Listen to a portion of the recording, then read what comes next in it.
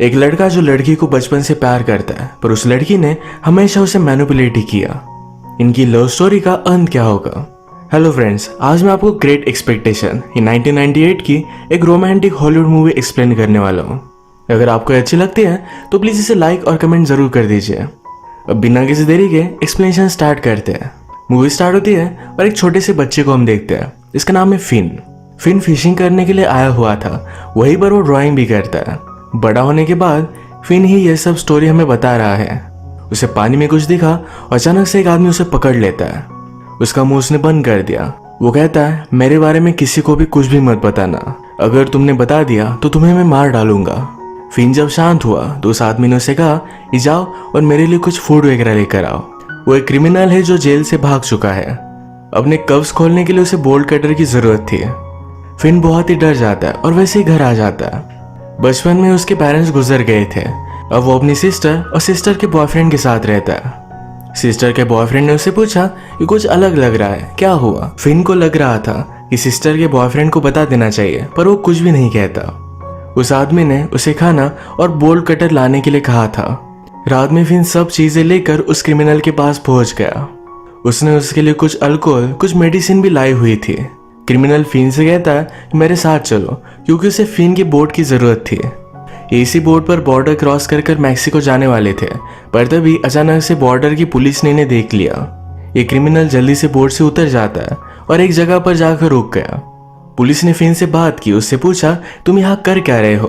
Fin कहता है कि मैं ऐसे ही हैंग आउट कर रहा हूँ। तो पुलिस उसे लेकर जाकर उसे घर छोड़ देते हैं।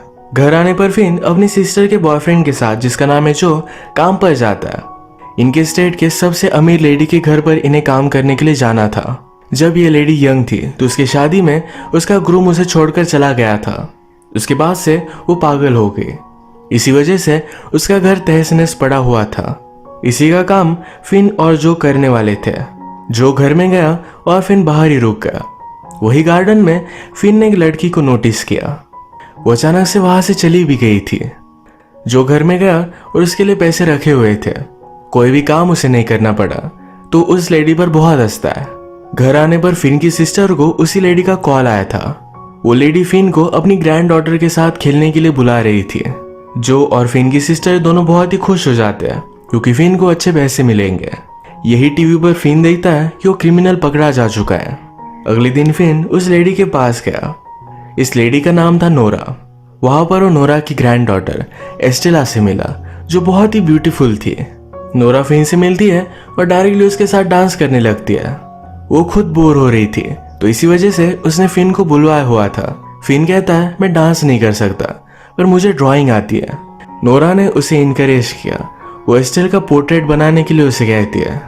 पोर्ट्रेट बनाते हुए वो उससे पूछती है तुम्हें एस्टेल के बारे में क्या लगता है? फिन कहता है कि वो बहुत ही ब्यूटीफुल है।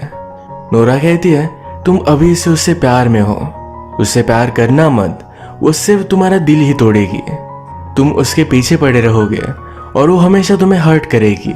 ये बात एक बच्चा समझ नहीं सकता। और वो प्यार करता है तो करता है। इसके बाद फिन और स्टेल जब नीचे आए तो घर में फाउंटेन चल रहा था। इसी फाउंटेन से स्टेला पानी पीती है। उसने फिन को भी ट्राई करने के लिए कहा। फिन जब वे ट्राई कर रहा था तभी स्टेला उसे किस कर लेती है। उसे बहुत अच्छा लगा। इस मूवमेंट को कैप्चर करने के लिए घर जाकर वो इसकी पेंटिंग बनाता है। इसके बाद एक दिन उसकी सिस्टर उसे छोड़कर चली गई और कभी भी वापस नहीं आई। सिस्टर के बॉयफ्रेंड ने हमेशा फिन का ख्याल रखा। उन्होंने सिस्टर के बारे में बाद में कभी भी बात नहीं की। फिन और एस्टेला एक साथ घुल मिलने लग गए थे।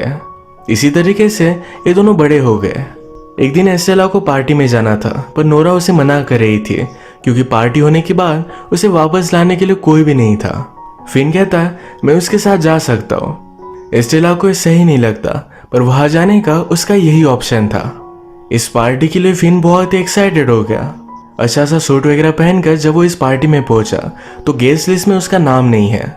एस्टेला ने जानबूझकर किया था, पर वो पार्टी में बोर हो चुकी थी, तो बाहर आकर फिन से मिलती है। कहती है मुझे कहीं लेकर चलो। फिन फिर उसे अपने घर लेकर आया। फिन ने बनाए हुए सारे ड्राइंग्स उसने देखे, जो उसे बहुत ही अच्छे लगे। वो कहती है तुम्हें न्यूयॉर्क जाना चाहिए, सारे आर्टिस्ट वही जाते हैं। अगर इस टाउन में रहे तो तुम्हारा कोई भी फ्यूचर नहीं रहेगा। इन्हीं ड्राइंग्स में उसने अपने खुद की भी पेंटिंग नोटिस की। वो इसमें बहुत ही ब्यूटीफुल लग रही थी। उसके हेयर्स भी अलग थे। वो फिन से पूछती है, क्या तुम्हें मेरे हेयर्स इस तरीके से अच्छे लगते हैं? फिन ने हाँ कहा। वो कहती है, तुम्हें और क्या अच्छा लगता है? वो उसके पास आके फिन उसे टच करने लगता है। एस्टेला ने उसे किस कर लिया। तुरंत बाद उससे वो दूर चली गई। फिन कहता है कि हुआ क्या? उसे लेट हो चुका था तो अब घर जाना था। कुछ फ्रेंच में बोलकर यहाँ से वो चली जाती है। बचपन से लेकर आज तक फिन को इसी तरीके से वो ट्रीट करती है। कभी उसके बहुत ही करीब आ गई तो बहुत दूर चली गई। एक दिन जब फिन एस्टेला से मिलने के लिए उसके घर पर आया तो आसपास कहीं भी नहीं थी। नोरा ने फिन से बात की। कहती है, मेरी शादी में मेरा बॉयफ्रेंड मुझे छोड़कर चला गया था। वो ऐसा कर कैसे सकता था? आदमी बहुत ही घटिया होते हैं, उन्हें उसके लिए भुगतना पड़ेगा। मैंने जो गलती की एस्टेला कभी भी नहीं करेगी। उसने फिन को बताया कि अपनी एजुकेशन के लिए स्विट्जरलैंड चली जा चुकी है। एस्टेला ने फिन को इसके बारे में कुछ भी बताया नहीं था। फिन बहुत ही ज्यादा हार्ट ब्रोकन हो जाता है। उसकी प्यार से फेथ चली गई थी। अपने आप को उसने काम में डाल दिया। पेंटिंग करना भी छोड़ दिया था। वो कहता है, अब मैं खुद को खड़ा करूंगा। अच्छे से उसने फिशिंग वगैरह सीखी। जैसे टाइम बीतता गया वैसे वो इमोशनली स्टेबल था। एक दिन अचानक से एक लॉयर उसके पास आता है। उसने उससे कहा, मेरे एम्प्लॉयर ने तुम्हारी कुछ पेंटिंग्स देखी है। वो तुम्हें न्यूयॉर्क बुलाना चाहता है, तुम्हारा एग्जीबिशन रखना चाहता है। फिन को लगता है कि आदमी फेक है, ऐसा कुछ भी नहीं हो सकता। पर उस लॉयर ने उसे डायरेक्टली $1000 और फ्लाइट टिकट दे दिया। एस्टेला के जाने के बाद फिन ने पेंटिंग्स छोड़ दी थी। अब वो ये काम नहीं करना चाहता था, पर थोड़ा सोचने के बाद इसके लिए रेडी हो जाता है। उसे लगता है कि ये सब अरेंज करने वाली नोरा ही होगी, तो उसे मिलने के लिए हो गया। उसने उससे कहा कि मेरा न्यूयॉर्क में एग्जीबिशन है। फिन को पता था कि एस्टेल भी न्यूयॉर्क में ही है, तो नोरा से पूछता है, क्या वहां मुझे जाना चाहिए? मेरा आर्ट एग्जीबिशन है। नोरा कहती है, ऐसी अपॉर्चुनिटी बहुत ही कम ही मिलती है, तुम्हें ले लेना चाहिए। अपने एग्जीबिशन के लिए मुझे भी इनवाइट करना। इसके बाद फिर फिन न्यूयॉर्क में पहुंच गया। फिन का एग्जीबिशन तो है, पर उसके पास कोई भी पेंटिंग नहीं थी। वो पेंटिंग करने के लिए डर रहा था। वो सोच रहा था कि लोग उसके काम को जज करेंगे। आर्ट गैलरी की मैनेजर उसे कहती है, मुझ में तुम्हें आर्टिस्ट दिखता है, तुम्हारे पास 8 वीक्स है, इसमें कुछ तुम ड्रॉ कर सकते हो, या सेकंड ऑप्शन या न्यूयॉर्क में घूम लो, जैसे आए थे वैसे वापस चले जाओ। फिन को अपने आप को प्रूव करना था, तो चैलेंज वो एक्सेप्ट कर लेता है। जब उसने ड्रॉ करने की कोशिश की तो पहले जिस तरीके से करता था वैसे फिर से करने लग गया। फिन रियलाइज करता है कि उसके पास एक गिफ्ट है कि उसने इग्नोर किया था, पर ये फिर से उसके पास वापस आ रहा है, तो इस अपॉर्चुनिटी को जाने नहीं देगा। एक जगह पर उसने फाउंटेन का टैप देखा। जिस तरीके से पानी पीते हुए एस्टेल के साथ उसकी फर्स्ट किस हुई थी, उसी तरीके से यह पानी पीने लग जाता है। फिर से एस्टेल उसी के साथ पानी पीती है। इतने सालों बाद ये फिर से मिले। एक दूसरे को देखकर बहुत ही खुश थे। एस्टेल ने फिन को कल एक जगह पर मिलने के लिए बुलाया। अगले दिन एक्साइटेड होकर फिन वहां पर पहुंच गया। एस्टेला फिन को अपने सब फ्रेंड्स से मिलवाती है, पर इस फ्रेंड्स में से एक उसका बॉयफ्रेंड था। फिन को इंट्रोड्यूस करवाते हुए एस्टेला ने कहा कि मेरा बचपन का प्यार है। बचपन में वो मेरी ड्राइंग बनाया करता था। एस्टेला अब चाहती है कि फिन उसकी फिर से ड्राइंग बनाए। बॉयफ्रेंड ये सब चीजें देखकर नर्वस हो गया था। एक दिन ऐसे ही बिना बताए एस्टेल फिन के घर पर पहुंच गई। उसे उसकी पोर्ट्रेट बनाने के लिए कहती है, पर वो न्यूड हो गई। फिन भी उसकी बहुत सारी ड्राइंग्स बनाता है। जितना टाइम उसके साथ थे वो ड्रॉ ही करता रहा। एस्टेला को कुछ और काम था, तो बिना कुछ बोले ही वहां से जा रही थी। उसके पीछे पीछे भागा। उसने पूछा, तुम हमेशा मेरे साथ ऐसा करती क्यों हो? क्या तुम्हें कुछ भी फील नहीं होता? एस्टेला ने कहा कि बचपन से मुझे एक ही बात पता है, ये सारा वर्ल्ड मेरा एनिमी है, उसे लाइफ में कुछ भी होप मिलने नहीं वाला। फिन कहता है कि तुम अपने बारे में बहुत ही गलत सोचती हो, तुम भी फील करती हो होपफुल हो, मैंने सारी चीजें तुम में देखी है। एस्टेला ने कहा कि मैं जैसी हूँ वैसे ही हूँ। एस्टेला को ये सब चीजें सही नहीं लगती। उसे लगता है कि लोग कभी भी बदलते नहीं। इसके बाद जब फिन घर पर था तो एस्टेला का बॉयफ्रेंड उसके पास आया। उसने एस्टेला की न्यू ड्राइंग्स वहां देखी। वो कहता है, एस्टेला मुझे जेलस कराने के लिए सब कुछ चीजें कर रही है, मैंने अब तक उसे शादी के लिए नहीं पूछा। वो फिन से पूछता है, तुम्हें क्या लगता है, मुझे प्रपोज करना चाहिए? फिन उसे हाँ कह देता है। वो और कुछ भी बोल नहीं सकता था। नेक्स्ट सीन में फिन को उसके एग्जीबिशन के मैनेजर ने बुलाया हुआ था। वो उसे बहुत ही बड़ा स्टूडियो देती है। फिन भी एक्साइटेड था। वो कहता है सारे न्यूयॉर्क में मेरी पब्लिसिटी होनी चाहिए। हमेशा उसने इस वर्ल्ड से कुछ भी मांगा नहीं था और अब उसे सब कुछ चाहिए था। उसे लगता है नोरा ने एक ही रीज़न की वजह से उसे न्यूयॉर्क भेजा, वो होगा कि वो एस्टेल की बराबरी का बन सके, सक्सेसफुल हो सके। एक दिन फिन और एस्टेल ये दोनों पार्क में आए हुए थे। इन्होंने बहुत सारी बातें की। इसके बाद एस्टेला फिन से कहती है मेरे बॉयफ्रेंड ने मुझे प्रपोज किया। फिन इस बात से हर्ट हो जाता है, पूछता है तुम ये सब चीज़ें मुझे क्यों बता रही हो। वो गुस्सा था क्योंकि एस्टेला इसी तरीके से हमेशा उसे प्ले करती है। एस्टेला कहती है मैं तुम्हारा ओपिनियन जानना चाहती हूँ। फिन गुस्से में उसे कॉन्ग्रेचुलेशंस कह देता है। रात में उसने रियलाइज किया कि उसे ऐसा उसे कहना नहीं चाहिए था। वो इस तरीके से उसे जाने नहीं दे सकता। हर जगह पर उसने उसे ढूंढा। एस्टेला अपने बॉयफ्रेंड के साथ एक डेट पर गई हुई थी। वहीं पर वो पहुंच गया। बॉयफ्रेंड के सामने उसका हाथ पकड़कर उसके साथ डांस करने लगता है। फिर डायरेक्टली अपने घर लेकर आया। ये दोनों इंटीमेट हो गए। रात में एस्टेला उसे दूर जाकर बैठी थी। फिन पूछता है कि क्या हुआ। वो कहती है मुझे नोरा से मिलकर आना पड़ेगा। फिन कहता है कि मेरी एग्जीबिशन तक तुम वापस आ जाओगी। एस्टेला कहती है मैं तुम्हारा एग्जीबिशन मिस नहीं कर सकती है। इसके बाद बहुत दिन हो गए। फिन का एस्टेला से कोई भी कांटेक्ट नहीं हुआ। एग्जीबिशन का डे आ जाता है। यहाँ पर हर जगह वो एस्टेला को ही ढूंढ रहा था। वो बहुत ही डिस्टर्ब हो गया। तभी जो ने आकर उसे सरप्राइज किया। फिन सरप्राइज तो था पर फिर भी एस्टेला की वजह से वो डिस्टर्ब था। यहाँ इस पार्टी में जो सबसे मिलता है। जो के कपड़े फिन को अच्छे नहीं लगे। जो बहुत ही प्राउड थे। वो सबसे कह रहे थे कि फिन बहुत ही छोटे से टाउन से है पर फिर भी इतने बड़े शहर में इतना बड़ा एग्जीबिशन उसका है। फिन नहीं चाहता था कि उसे कोई भी जज करे, इसलिए वो एम्बेरस्ड हो जाता है। यही बातें करते करते जो एक वेटर से टकरा गया। सारी चीजें नीचे गिर गई थी। ये उठाने के लिए जो हेल्प कर रहा था। फिन कहता है कि इसे रहने दो पर जो मानता नहीं। तो इस बात पर फिन डायरेक्टली उस पर चिल्ला पड़ा। फिन को जो लगता है ये जो ने रियलाइज किया। वो बेचारे हार्ट ब्रोकन थे। फिन उनके पीछे गया पर वो कहते हैं जो भी तुम्हें सक्सेस मिला है ये तुम डिजर्व करते हो। इसके बाद वो यहाँ से चले गए। फिन का एग्जीबिशन बहुत ही सक्सेसफुल था। उसकी सारी पेंटिंग सोल्ड होके वो मिलीनियर बन चुका था।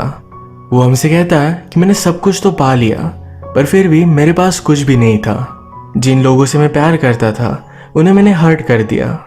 रात में वो फिर एस्टेला के घर पर पहुंच गया। बाहर खिड़की पर उसे उसकी शैडो देखी।